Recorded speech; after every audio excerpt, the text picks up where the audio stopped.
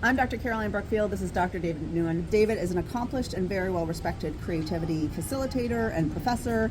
I'm going to give you a scenario. You, your team, are meeting with a client that you know quite well in a third-party location. You show up and you realize it's the wrong location. You have nowhere to meet. There's no seats. You're basically wandering around North Vancouver trying to find a place to meet.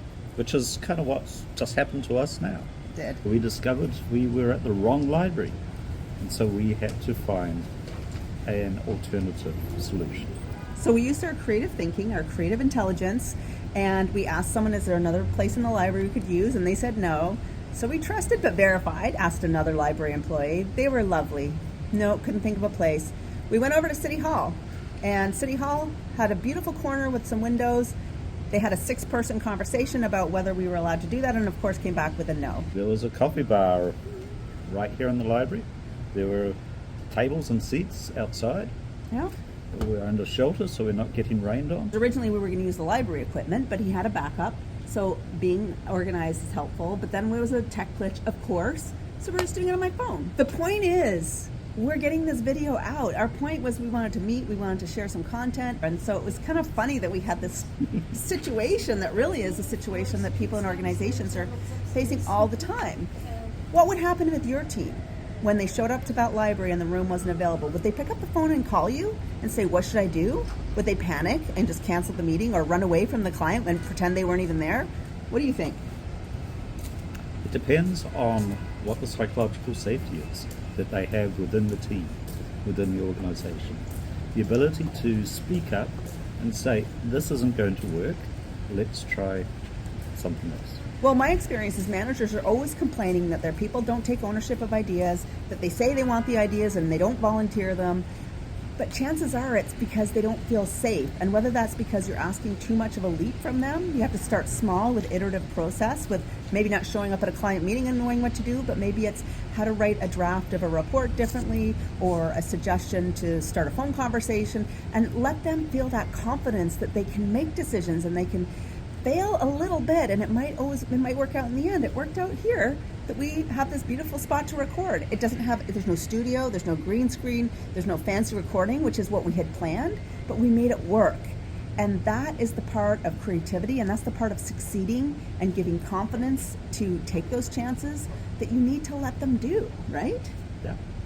And that's where psychological safety comes in. Now, Amy Edmondson is the scholar, she's at Harvard Business School, who has really popularized this whole idea. And this book, The Fearless Organization, talks about this. Where do your people feel that they can speak up? Can they disagree?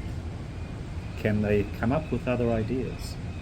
Do they feel that they can take that vulnerability, that they are safe in doing that? And they can do it knowing that they won't be penalized, they won't be punished, it won't be held against them for speaking up and questioning or having a different point of view. And that is a key aspect in having a creative culture.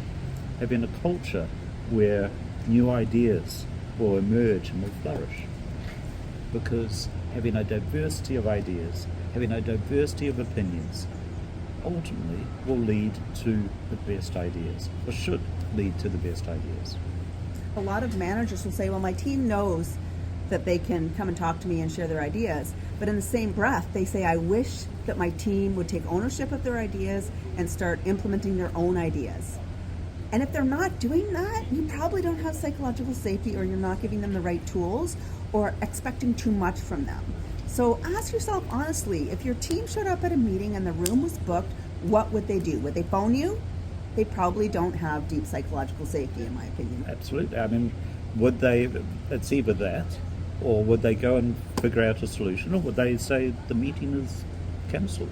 If they had psychological safety, go, okay, this is the situation we've got, this is what we will do. My experience is people say they're giving that safety, but they're not, because we are unconsciously biased against it as leaders. We think we're being open, but our body language, the things that we do, the quick quips, that'll never work, we don't have the budget, we tried that last year.